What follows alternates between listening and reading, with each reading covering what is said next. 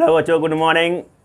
बच्चों आज हम लोग पढ़ेंगे एक्सरसाइज 2.2 का क्वेश्चन नंबर 3, जहाँ पे हमने पिछले क्लास को ख़त्म किया था उसके आगे का क्लास आज हम शुरू करेंगे। तो बच्चों क्वेश्चन में दिया हुआ है कि सम ऑफ जीरो जीरो है एंड प्रोडक्ट ऑफ जीरो √5 है। तो हमें क्वाड्रेटिक पॉलिनोमियल मालूम करना है। तो बच्चों हम जानते हैं कि क्वाड्रेटिक पॉलिनोमियल में 2 जीरो होते हैं। तो मान लिया कि अल्फा एंड बीटा इसके 2 जीरो हैं, तो क्या होगा बच्चों?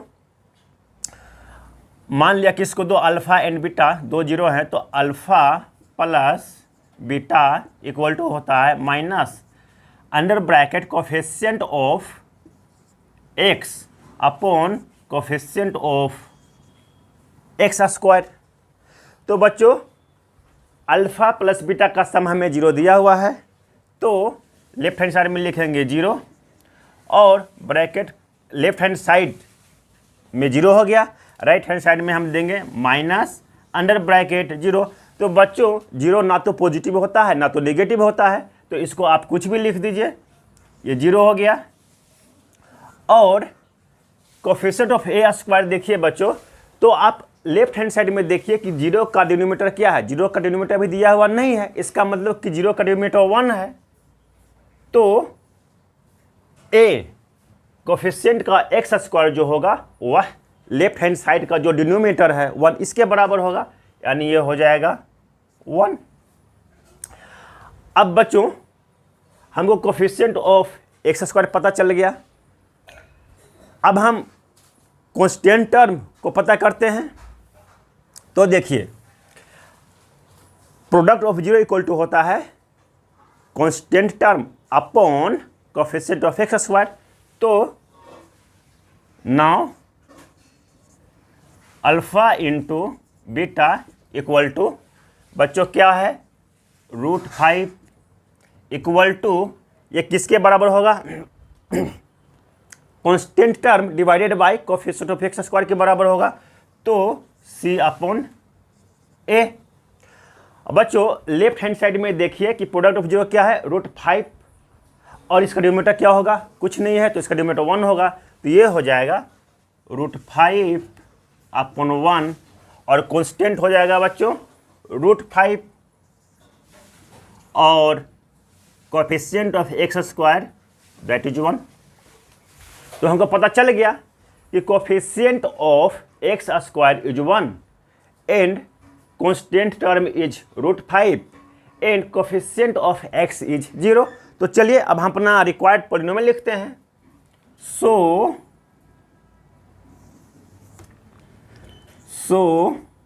the required polynomial equal to हो जाएगा बच्चों कोफिशिएंट ऑफ एक्स स्क्वायर 1 है, तो ये हो जाएगा x square. Coefficient of x 0 है, तो इसको आप लिखिए 0 इंटू एक्स और कांस्टेंट टर्म √5 है, तो ये हो जाएगा प्लस √5। और बच्चों जब आप 0 से x को मल्टीप्लाई करेंगे तो वह 0 बन जाएगा, तो इसे आप लिखिए एक्स स्क्वायर प्लस √5। बच्चों यही आपका आंसर है। बच्चों होप ये मैथमेटिक्स आपको समझ में आ गया होगा। अब बढ़ते हैं अगले क्वेश्चन की तरफ। बच्चों अगला क्वेश्चन दिया हुआ है कि सम ऑफ जीरो भी 1 है एंड प्रोडक्ट ऑफ जीरो भी 1 है और हमें इसके क्वाड्रेटिक पॉलिनोमियल को पता करना है। तो बच्चों here we will also apply the concept of relation of zero and its coefficient, और उसके जरिए हम पता कर लेंगे कि क्वाड्रेटिक पॉलिनोमियल क्या बनेगा। तो बच्चों माना कि इसके अल्फा एंड बीटा 2 जीरो हैं, तो alpha plus beta equal to क्या हो जाएगा? Alpha plus beta equal to हो जाएगा बच्चों minus under bracket coefficient of X upon coefficient of x square.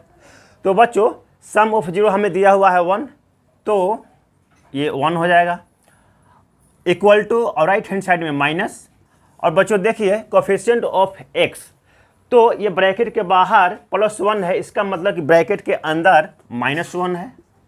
अभी माइनस माइनस प्लस बन जाएगा और आ जाएगा 1। तो बच्चों देखिए कि 1 का डिनोमिनेटर क्या है? कुछ भी नहीं है, तो जिसका डिनोमिनेटर कुछ भी नहीं होता उसका डिनोमिनेटर 1 होता है, तो डिनोमिनेटर 1 हो गया। और राइट हैंड साइड भी कोफिशिएंट ऑफ एक्स स्क्वायर 1 हो जाएगा, क्योंकि left hand side right hand side का इक्वल है तो न्यूमरेटर के इक्वल हो जाएगा, डिनोमिनेटर्स के इक्वल हो जाएगा। अब बच्चों देखिए product of zero equal to क्या होता है, now product of zero equal to होता है coefficient constant term upon coefficient of x square. तो बच्चों प्रोडक्ट ऑफ जीरो क्या है, 1 है, और 1 का डिनोमिनेटर कुछ भी नहीं है तो इसका डिनोमिनेटर भी 1 हो जाएगा। तो बच्चों देखिए कांस्टेंट टर्म क्या हो जाएगा 1, और coefficient of x square that is 1 also. तो कोफिशिएंट ऑफ एक्स पता चल गया, कोफिशिएंट ऑफ एक्स स्क्वायर पता चल गया, और कांस्टेंट टर्म भी हमें पता चल गया। तो बच्चों अब लिख दीजिए the required polynomial is the required polynomial equal to हो जाएगा बच्चों कोफिशिएंट ऑफ एक्स स्क्वायर 1 है तो ये हो जाएगा x square, coefficient of x -1 है तो ये हो जाएगा -x, एंड कांस्टेंट टर्म 1 है तो यह हो जाएगा +1। बच्चों दिस इज योर आंसर। चलिए now we move to the next question.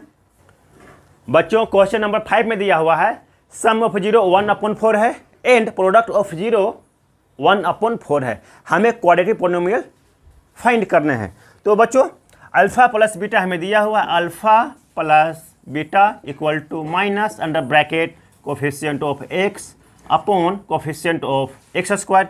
तो अल्फा प्लस बीटा का सम -1/4 है, और राइट हैंड साइड में हो जाएगा minus under bracket coefficient of x. तो बच्चों लेफ्ट हैंड साइड में -1 है तो ब्रैकेट के अंदर +1 होगा upon coefficient of x square. तो बच्चों जो लेफ्ट हैंड साइड में डिनोमिनेटर है that will be the coefficient of x square, और लेफ्ट हैंड साइड में डिनोमिनेटर 4 है तो जो एक्स स्क्वायर का कोफिशिएंट होगा वह 4 के बराबर होगा।